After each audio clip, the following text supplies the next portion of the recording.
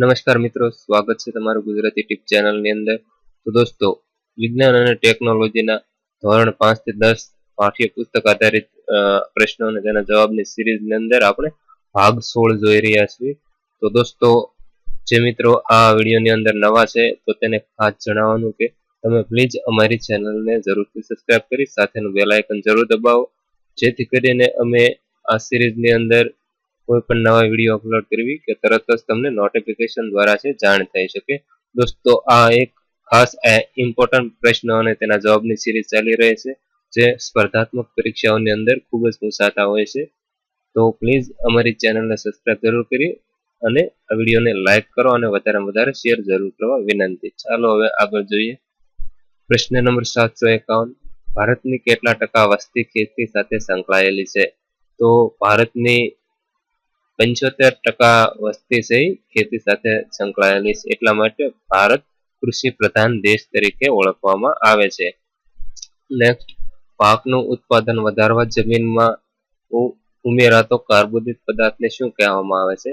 તો પાકનું ઉત્પાદન વધારવા માટે જમીનની અંદર જે ઉમેરાતા કાર્બોદિત પદાર્થને આપણે ખાતરો કહેતા હોઈએ છીએ.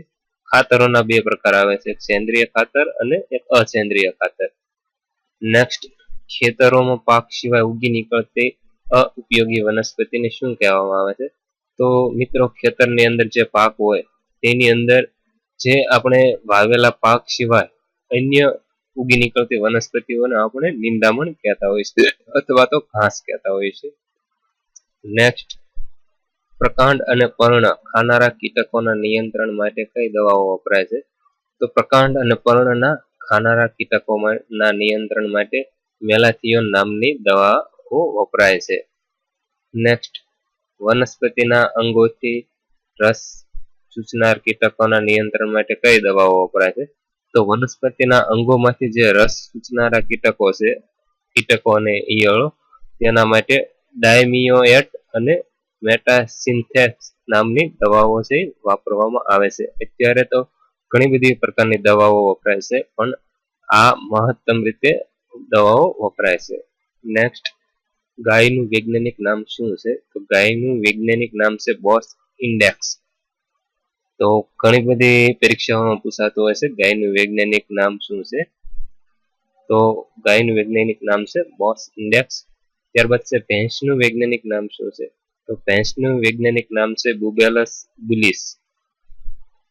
ત્યારબાદ નેક્સ્ટ, મુરાહ નામની ભેંસો ભારતમાં કયા કયા રાજ્યોમાં જોવા મળે છે? તો મુરાહ નામની ભેંસો છે ભારતની અંદર પંજાબ અને હરિયાણા જે રાજ્ય છે તેની અંદર જોવા મળે છે.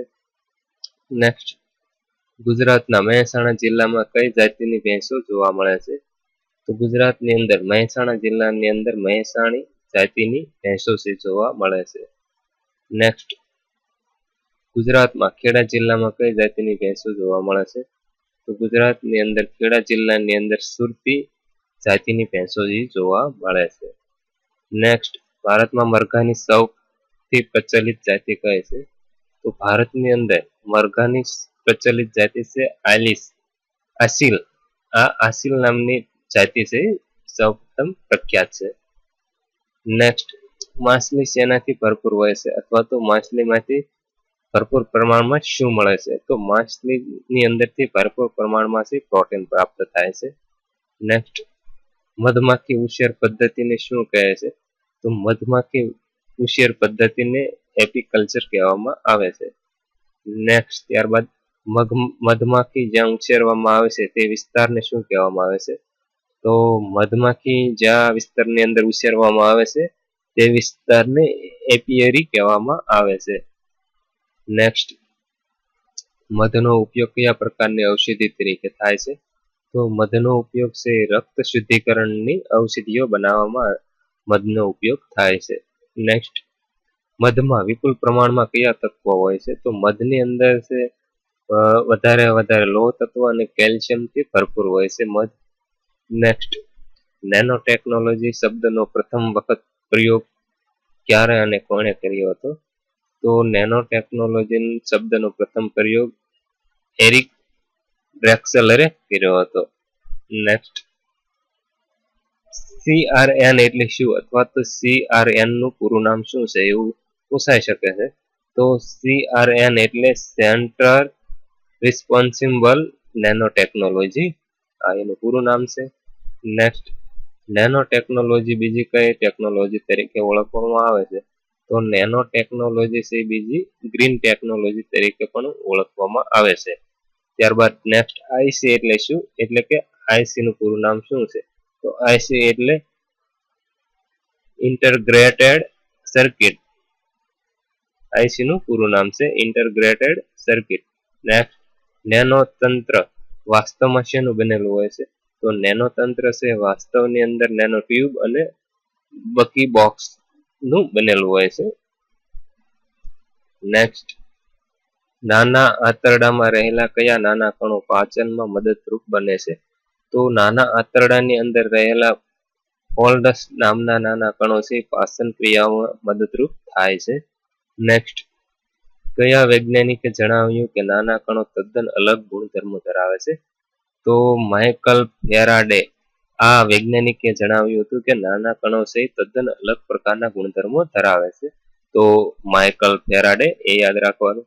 ત્યારબાદ નેક્સ્ટ ક્વેશ્ચન છે, પ્રણાલીગત ઉર્જાના મુખ્ય ઘટક કયો છે? તો પ્રણાલીગત ઉર્જાનો મુખ્ય ઘટક છે કાર્બન. તેવી રીતે નેક્સ્ટ, પૃથ્વી પરના જીવનનો આધાર સ્તંભ કોણ છે? તો પૃથ્વી પરના જીવનનો આધાર સ્તંભ છે કાર્બન. ત્યારબાદ નેક્સ્ટ, કાર્બનના સ્વરૂપ ગ્રેફાઇટમાં એક સ્તરીય ગ્રેફાઇટને શું કહે છે? તો કાર્બનનો જે સ્વરૂપ છે એક ગ્રેફાઇટ, એમાં એક સ્તરીય ગ્રેફાઇટને ગ્રિફિન કહેવામાં આવે છે, જે આ ગ્રિફિન પેન્સિલની અંદર વપરાય છે. નેક્સ્ટ, કાર્બન આધારિત નેનો બંધારણનું સામાન્ય નામ શું છે? તો કાર્બન આધારિત નેનો બંધારણનું સામાન્ય નામ છે ફ્લુરિન. નેક્સ્ટ, આપણી આંખમાં સંવેદના ઉપજાવતું વીજચુંબકીય વિકિરણ એટલે શું? તો આપણી આંખોમાં સંવેદના ઉપજાવતું વીજચુંબકીય વિકિરણ એટલે પ્રકાશ. પ્રકાશ કહેવામાં આવે છે. નેક્સ્ટ, વસ્તુનું કયું પ્રતિબિંબ પડદા પર ઝીલી શકાતું નથી? તો વસ્તુનું છે અભાષી પ્રતિબિંબ છે આંખના પડદા ઉપર ઝીલી શકાતું નથી, એટલે કે આપણે દેખાતું નથી. નેક્સ્ટ, શેના લીધે આપણે વસ્તુઓને જોઈ શકીએ છીએ? તો પ્રકાશના પરાવર્તનને લીધે, એટલે કે સૂર્યનો પ્રકાશ કોઈ પણ વસ્તુ પર પડે અથવા ગમે તે પ્રકાશ અને તે પરાવર્તન થાય છે એટલે આપણી આંખોની અંદર દેખાય છે. નેક્સ્ટ, કયા પદાર્થને સૌથી વક્રી ભવનાંક વધુ હોય છે? તો ડાયમંડ એટલે કે હીરો છે એને પ્રકાશનો સૌથી વધારે વક્રી ભવનાંક હોય છે. નેક્સ્ટ, સૂક્ષ્મદર્શક યંત્રમાં કયા લેન્સનો ઉપયોગ થાય છે? તો સૂક્ષ્મદર્શક યંત્રની અંદર બહિર્ગોળ લેન્સનો ઉપયોગ થાય છે. તો તે જ રીતે ખગોળીય દૂરબીનમાં કયા લેન્સનો ઉપયોગ થાય છે?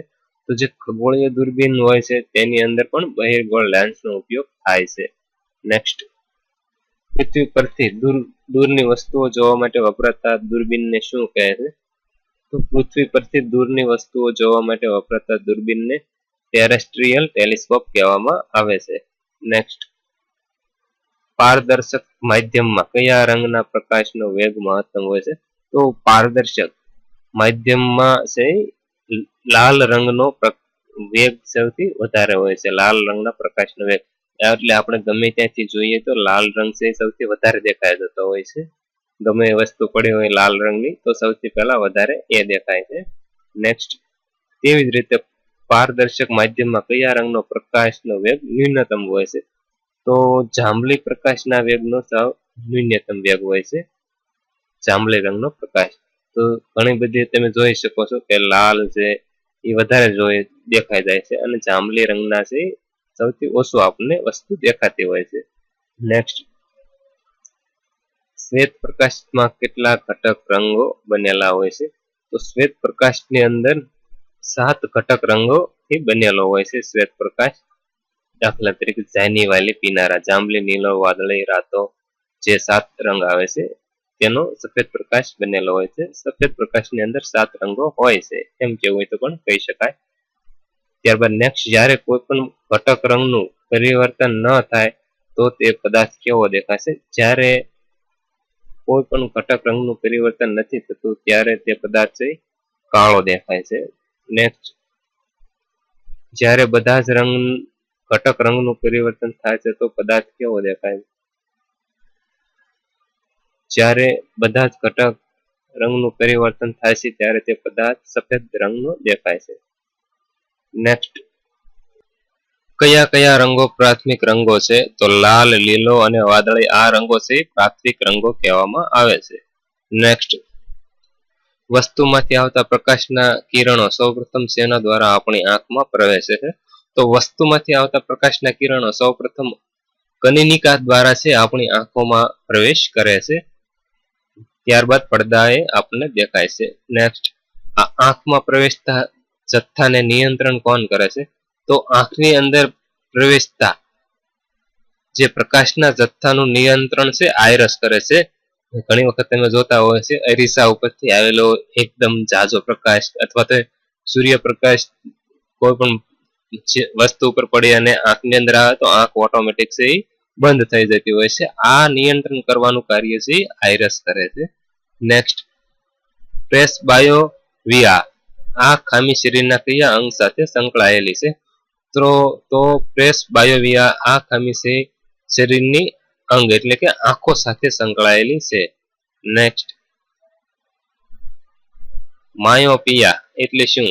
તો માયોપિયા એટલે એક પ્રકારનો નંબર કહેવામાં આવે છે આંખની અંદર જે નંબર આવે છે જે લઘુ દ્રષ્ટિની ખામી કહેવામાં આવે છે. તો માયોપિયા જે આંખની અંદર નંબર આવે છે એને લઘુ દ્રષ્ટિની ખામી કહેવામાં આવે છે એટલે માયોપિયા કહેવામાં આવે છે. તો તેવી જ રીતે માયોપિયા ખામી ધરાવતો મનુષ્ય કઈ વસ્તુ છે સ્પષ્ટ રીતે જોઈ શકતો નથી? તો માયોપિયા ખામી ધરાવતો મનુષ્ય છે દૂરની વસ્તુઓ છે જોઈ શકતો નથી. તેવી જ રીતે લઘુ દ્રષ્ટિની ખામીના નિવારણ માટે કયો લેન્સનો ઉપયોગ થાય છે? એટલે કે આપણે ચશ્માની અંદર જોતા હોય છે તો લઘુ દ્રષ્ટિની ખામી નિવારણ માટે અંતર્ગોળ અરીસાનો છે ઉપયોગ થાય છે. તો જેને માયોપિયા નંબર હોય તેને અંતર્ગોળના ચશ્મા આપવામાં આવે છે.